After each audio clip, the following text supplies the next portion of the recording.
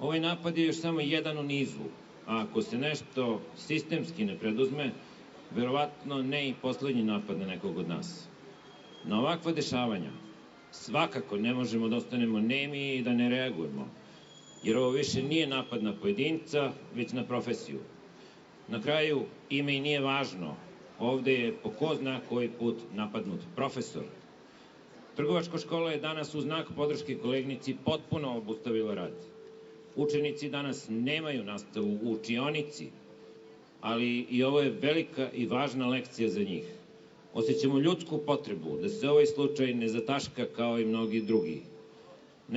Nešto mora da se preduzme kako bi se sprečili budući ovakvi napadi.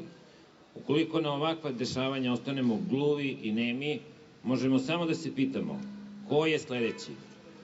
Ne plašimo se, samo smo poniženi, napušteni od svih, ostavljeni sami sebi, a kažu da je prosveta delatnost od najvišeg državnog interesa.